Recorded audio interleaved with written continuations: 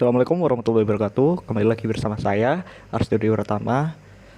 Di sini saya akan membahas tentang MFQ atau Multiple Feedback Queue.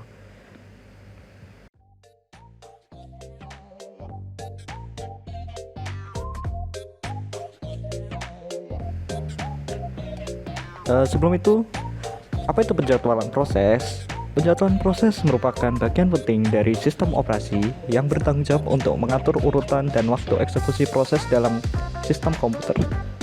Algoritma penjadwalan menentukan proses di mana yang akan dijalankan berikutnya dan beberapa lama proses tersebut akan dijalankan.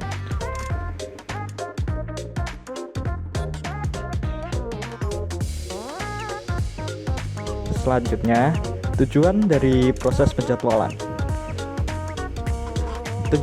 Proses penjadwalan memiliki beberapa tujuan, yaitu 1. Meningkatkan kinerja sistem dengan memastikan bahwa proses yang penting dijalankan terlebih dahulu. 2. Meningkatkan efisiensi sistem dengan memastikan bahwa semua proses mendapatkan waktu CPU yang mereka butuhkan. 3. Pastikan bahwa semua proses dapat menyelesaikan tugasnya dalam waktu yang wajar. 4. Menjaga agar sistem tetap responsif dan tidak macet.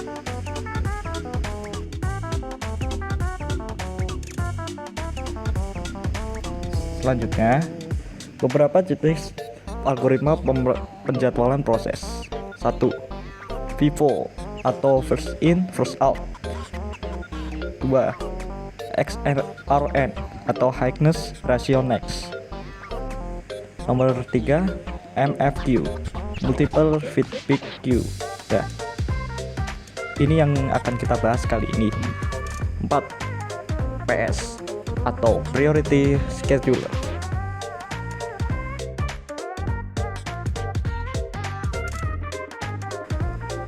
Selanjutnya, penjelasan tentang MFQ.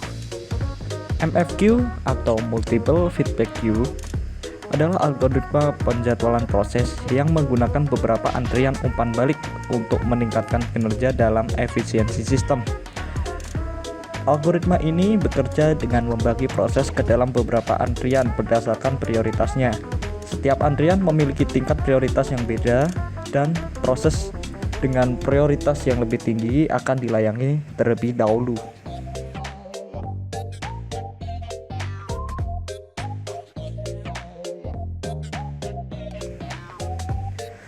Karakteristik MFQ.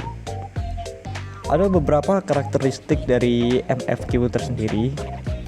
Yang pertama, memiliki beberapa antrian dengan tingkat prioritas yang berbeda.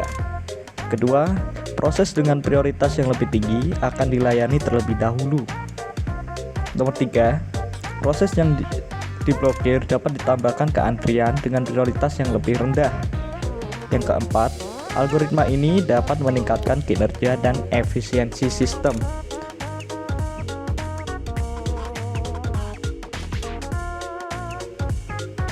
Selanjutnya adalah ciri-ciri penjadwalan dari MFQ. 1. Memiliki beberapa antrian. 2. Memiliki skema umpan balik. 3. Memiliki penjadwalan yang dinamis. 4. Lebih kompleks.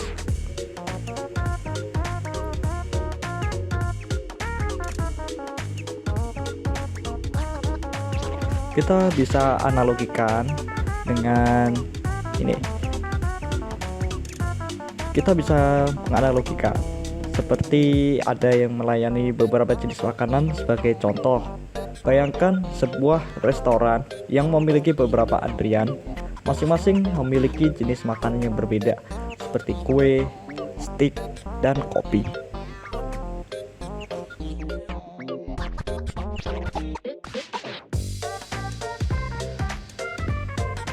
Memiliki beberapa antrian. MFQ digunakan dalam beberapa antrian untuk menampung proses dengan prioritas yang berbeda. Setiap antrian memiliki tingkat prioritas yang berbeda dan proses dengan prioritas yang lebih tinggi akan dilayani terlebih dahulu.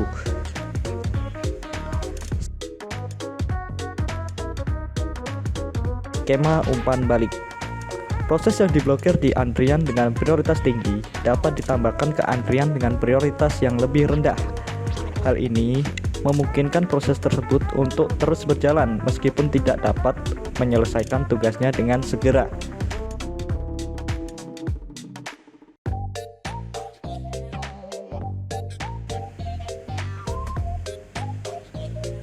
Penjadwalan dinamis.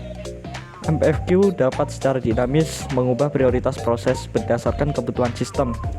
Hal ini memungkinkan sistem untuk beradaptasi dengan perubahan kondisi dan memastikan bahwa proses yang paling penting dilayani terlebih dahulu.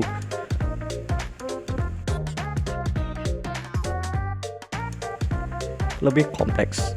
MFQ adalah algoritma penjadwalan yang lebih kompleks dibandingkan dengan algoritma lainnya seperti FCS, FS, dan SJF. Hal ini karena MFQ butuh mengelola beberapa antrian dan skema umpan balik.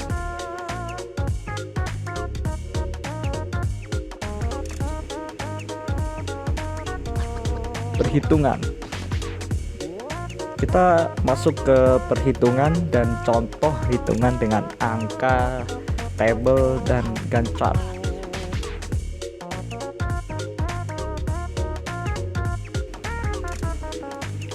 Perhitungan menggunakan angka. Semisal kita memiliki 3 antrian atau queue dengan prioritas yang berbeda-beda, Q1, Q2, dan Q3. Mari kita asumsikan bahwa kita memiliki beberapa tugas dengan parameter berikut.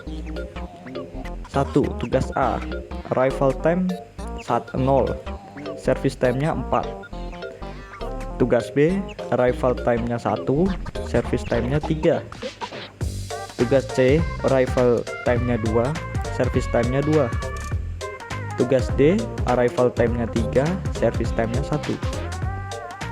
Kita juga tentukan time quantum atau waktu maksimum yang dapat diberikan setiap tugas dalam sebuah queue. Untuk setiap queue, misalnya Q1 memiliki time quantum 4, Q2 memiliki time quantum 2, dan Q3 memiliki time quantum 1. Lanjut, mari kita lakukan perhitungan menggunakan algoritma MFQ. 1. Pertama, tugas masuk ke dalam Q1 sesuai dengan waktu kedatangan mereka. Tugas A masuk ke Q1 pada waktu 0. Tugas B masuk ke Q1 pada waktu 1. Tugas C masuk ke Q1 pada Q2. Tugas D masuk ke Q1 pada waktu 3. Kemudian kita eksekusi tugas-tugas dalam Q1 menggunakan time quantumnya. Tugas A dilayani selama 4 waktu, selesai dalam waktu 4. Tugas B dilayani selama 3 waktu, karena sudah berjalan 1 waktu, selesai pada waktu 5. Tugas C dilayani selama 2 waktu, karena sudah berjalan 1 waktu, selesai pada waktu 6. Tugas D dilayani selama 1 waktu, selesai pada waktu 7. Setelah itu, kita pindahkan tugas-tugas yang belum selesai ke Q2 dan ulangi proses yang sama dengan time quantum Q2. Tugas B tersisa 1 waktu lagi, dilanjutkan pengerjaannya di Q2 dan selesai pada waktu 8. Tugas C dan D tidak berpindah karena sudah selesai.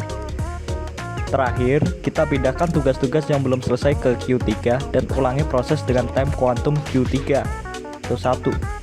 Tugas C selesai dengan Q3 pada waktu 9. Tugas D selesai di Q3 pada waktu 10. Dengan demikian, urutan penyelesaian tugas-tugasnya adalah tugas A waktu penyelesaiannya 4, tugas B waktu penyelesaiannya 8, tugas C waktu penyelesaiannya 9, tugas D waktu penyelesaiannya 10. Perhitungan menggunakan tabel. Untuk mengakurkan multiple feedback queue atau MFQ menggunakan tabel, kita dapat membuat tabel yang berisi informasi tentang setiap tugas yang masuk ke dalam sistem, seperti waktu kedatangan, waktu pelayanan, waktu selesai pelayanan, dan antrian yang dilalui setiap baris pada tabel yang mewakili satu tugas. Mari kita gunakan contoh sama seperti sebelumnya, tetapi kali ini kita akan menyusulnya dalam bentuk tabel. Berikut adalah tabelnya.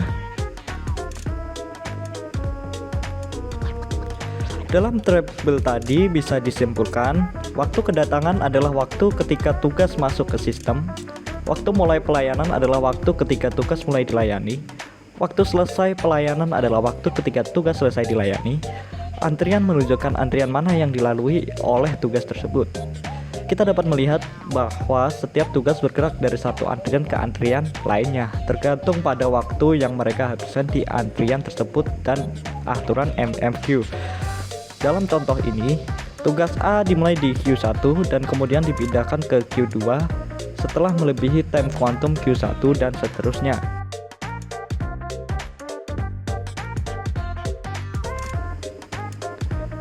Perhitungan menggunakan Gantt chart. Kita mulai dengan membuat Gantt chart kosong dan kemudian mengisinya dengan informasi-informasi yang relevan seperti pada tabel di bawah ini. Dalam Gantt chart tersebut, setiap baris mewakili sebuah antrian. Setiap tugas dipresentasikan oleh huruf yang sesuai dengan inisial tugas. Waktu dipresentasikan di bagian atas Gantt chart. Garis vertikal menunjukkan perpindahan antara antrian-antrian. Dari Gantt chart tersebut, kita bisa melihat bagaimana setiap tugas bergerak di antara antrian-antrian seiring waktu dan bagaimana mereka diberi penyelesaiannya sesuai dengan aturan MFQ.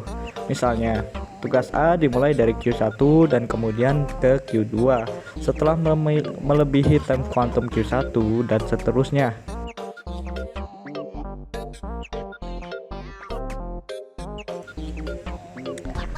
Berikut adalah beberapa implementasi pada kehidupan. Implementasi MFQ dalam kehidupan sehari-hari, misalnya pada sistem operasi. Pada sistem operasi, MFQ digunakan dalam sistem operasi untuk menjadwalkan proses yang berjalan di komputer. Proses dengan prioritas yang lebih tinggi, seperti proses sistem, akan dilayani terlebih dahulu. Nomor 2, jaringan komputer. MFQ dapat digunakan dalam jaringan komputer untuk menjadwalkan paket data yang dikirimkan melalui jaringan. Paket data dengan prioritas yang lebih tinggi, seperti paket data streaming video, akan dilayani terlebih dahulu. Selanjutnya, industri manufaktur. MFQ dapat digunakan dalam industri manufaktur untuk menjadwalkan produksi produk dengan prioritas lebih tinggi, seperti produk yang dibutuhkan untuk memenuhi pesanan pelanggan, akan diproduksi terlebih dahulu. Ya, itu dia dari saya. Bila ada kurangnya mohon dimaafkan. Assalamualaikum warahmatullahi wabarakatuh.